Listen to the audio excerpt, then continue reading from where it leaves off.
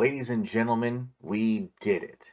We made it to the third part of the Limitless formula, methods. So, we are going to be diving into methods today, or the Limitless methods. First, it defines what method means. Method is a noun, and its meaning is a specific process for accomplishing something, especially an orderly, logical, or systematic way of instruction. Um, right now, we're going to go into the book, and I'm going to start quoting some stuff as well as adding a couple of my thoughts as we go. You've learned how to approach every day with a productive mindset, and you've learned how to do so with an optimal level of motivation. But there's one more M that differentiates limitless people from those who are encumbered by their limitations: method. In this section, we are going to learn the science of accelerated learning and meta learning in 5 areas. 1. Focus. 2. Study. 3. Memory. 4. Speed reading. And finally, 5. Thinking. Those are the 5 flagship programs that they teach, that the author teaches to their students and disciples. And once we get those things down, we are going to be, that is the beginning of our limitless journey. Well, it's already began, but you know what I'm trying to get across. Um, so, a quote: whenever you want to achieve something, keep your eyes open, concentrate, and make sure you know exactly what it is you want. No one can hit their target with their eyes closed. Paulo Coelho. Alrighty, so we're moving into the first of 5 flagships. This one is on focus. We are recommended to read the beginning, well, to read and really think about the beginning questions of each chapter.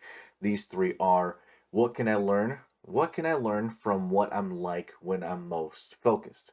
From that, what I really learned from that is that I am just a tank, a machine. If I'm really focused on a task, man, am I productive. I just get so much done.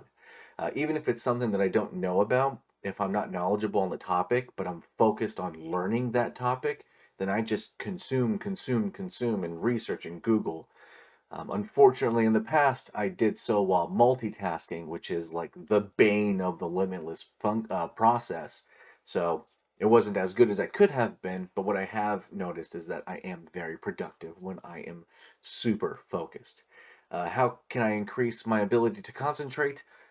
I don't know the answer to that question. Um, I mean, I do now that I've read this chapter, but when I read this initially, I didn't really know. Just focus harder, I guess, was my answer. And how do I limit my distractions and calm my busy mind? Me personally, what I've done is I try to schedule certain times to do things, and to calm my busy mind, I really don't. I just kind of, the thoughts come and I spend time on them, blankly staring, and then I remember that I'm not supposed to, and then I get back to what I'm doing. But these 3 things will be looked at in this focus section. He states here that the primary enemy to focus is distraction. Um, it tells us here to rate our current level of focus. At the time of reading, I was at about a 6. I was thinking about an interview, and I was thinking about some salespeople that were coming by, as well as my dogs who were barking at me from the backyard. I do like what he says inside this quick start, though. That is, your concentration is like a muscle. You can train it to become stronger with practice, which is cool because the idea of willingly, like, having control over my level of focus to do just one thing is great. That's cool. I like that because, again, I'm notorious multitasker. I would love to have a very strong level of concentration. He continues to quote the Hindu priest, entrepreneur, and former monk Dandapani: if you can't concentrate, you can't manifest. And I really like that quote, so much so that I put it on the first page of my Limitless book, of all the notes that I'm taking. These are the ones, before every morning before I start my reading. I go over each page, read it out loud, and or internally. But it records, my journey thus far. Just pages and pages and pages of what I verbalize and what has been read and the notes that I've taken. Um, so uh, Dandapani has a clear way of defining what concentration is, by which they say, I define concentration as my ability to keep my awareness on one thing for an extended period of time. Every time my concentration drifts, I use my willpower to bring my awareness back. Um, he sees awareness as a glowing ball of light that moves to different parts of your mind. And so I after reading that, I utilized that imagery in my head. Um, One of the things I've been really practicing on and doing a lot of is mental imagery, um, or intentional imagery, because whenever I read or listen to things, I create that image in my head, but it's very passive. I don't exactly shape it or mold it or give it color and life. It just passes by to help me see, to understand the words that I'm reading or the words that I'm hearing. So for the magic series, a lot of all the practices are to practice gratitude and thankfulness for something that you've received or learned or been touched by. And I was having a really hard time in the beginning because I told myself I'm grateful for my body, but I didn't quite, I didn't really feel that graciousness, that gratitude that I feel that I should have felt when I said those words.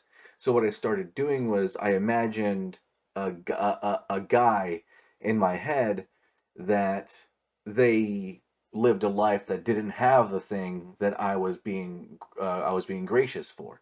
So if I was being gracious for water, then I imagined that my avatar in my mind walking the desert with no water and then stumbling upon clear, good, healthy water and then partaking in it. And then the emotion that scene invoked in me made me feel the gratitude for water, felt the gratitude for my arms, my legs, my fingers, my eyes, my heart, my liver, my toes, my muscle, my brain. It made me, creating that inside helped me feel it actually manifested in my body and my mind. And so with this, I am using that as well because I'm picturing my focus as that ball of white light. So whenever I'm reading something and I hear my dogs bark or an intrusive thought takes over, I'll notice that my ball of light isn't one sphere, but that there's like a ball over here and there's a ball over there and there's one back there, and I'll notice that that's not what it's supposed to be. So I'll grab that awareness, smush it together into one focused thing, which is at this moment recording a video, but at the time of writing was reading today's lesson. So I love that imagery. I'm using that a lot, and he continues to say, because we are going to try to practice this, that you can work on these things during nearly any pursuit. If you're having a conversation with somebody, you want to focus on just that person, what they're saying. If you're reading a report, you want to train your eyes on the words and only pay attention to the report, and that's all that ever matters. He has this quote that says, or not a quote, but it's written here: whenever possible, try to do one thing at a time. We've talked a bit about multitasking already, but for now, just remember that multitasking is a grossly inefficient way to get anything done. If at all feasible, allow yourself to do whatever you're doing to the exclusion of everything else. If you're on the phone, don't scroll through social media at the same time. If you're making breakfast, don't also work on your to-do list for the day. By doing one thing at a time, your concentration muscle will become incredibly strong and your focus will reach limitless levels. So this is something that I am going to start doing more often, which is focusing on one task alone. Everything that I do, I pretty much multitask. Even though I've been trying to reduce the multitasking, I'm checking emails while I'm reading the books. I'm looking at my editing software while I'm recording this video. I'm checking my email, or I'm checking my phone, my text messages, and answering those while I'm reading the books, or there's just I'm listening to an audiobook while I work out, while I'm planning out the rest of my day. It's just I'm doing better, but there is definitely room for improvement, and I intend on putting that work in to improving my life and my focus habits, concentration habits. Oof. Another key to boosting your concentration is to declutter your environment. So I know in the back that doesn't look too good over there. I'm going to have to work on that. However, I have already taken large steps in cleaning this room. You can't really see it too much from the camera, but this place used to be really bad, at least in my opinion, but it's gotten a lot better, especially behind me that you can't see. But that used to just be a mess. There was just trash in there and things that weren't necessary at the time. Right now, everything there has a purpose and it's there for a reason. If I need it, I can get to it. So I just have to extend that work ethic to the bottom of that bookshelf over there and possibly think about moving these dog kennels somewhere else, especially since this is my concentration space, although they don't exactly get in the way, so leaving them there should be fine. The next thing that we're going into is calming your busy mind. They say, another thing that can help with concentration is to have a space that's decluttered, but also to have not to decrease the amount of visual stimuli. So at the moment, right now, I have four monitors in front of me. The top right one has my goals on there, and it also has my editing software. The bottom left monitor has my recording, as well as my emails, my applications, my YouTube tabs, and directly in front of me is my Kindle app or website so that I can read this book. The top left monitor is for my MacBook, so it's not on at the moment. I also have a bunch of bright lights to the left of me. So there's a lot of visual stimuli that's coming in right now. So I'm not able to pay 100% attention to the task at hand, were it something that required 100% of my attention, because I am seeing stuff happen here, stuff over there, stuff over there. So you want to decrease as much visual stimuli as possible when you're trying to focus your concentration on one task. And that rolls into the next thing that will assist our concentration is calming your busy mind. They the author provides us three methods to calm our mind. So essentially, what's gone over here that I'm not reading or quoting to y'all is just that when your mind is busy, you're not concentrating, which causes anxiety, which makes your concentration decrease, and everything gets bad. The goal of this mini chapter is to help calm your mind. So we're gonna get right into that. They offer some scientific proof to show that what they're about to say is true and it matters, but it is interesting. The author writes that we found about 82% of all interrupted work is resumed on the same day. But here's the bad news. It takes an average of 23 minutes and 15 seconds to get back to the task. That's more than 20 minutes every time you're distracted. Now, how often are you distracted every day? That's a lot of lost time and efficiency. So, the three ways to assist in clearing your busy mind. The first one is to breathe. There is a breathing exercise where you're told to exhale completely, and then you are to close your mouth, inhale through your nose for a mental count of 4. And I've been doing that wrong because I thought it was 7. So it's 4. Close your mouth, inhale for 4 seconds through your nose, and then exhale. Well, hold your breath for 7 seconds.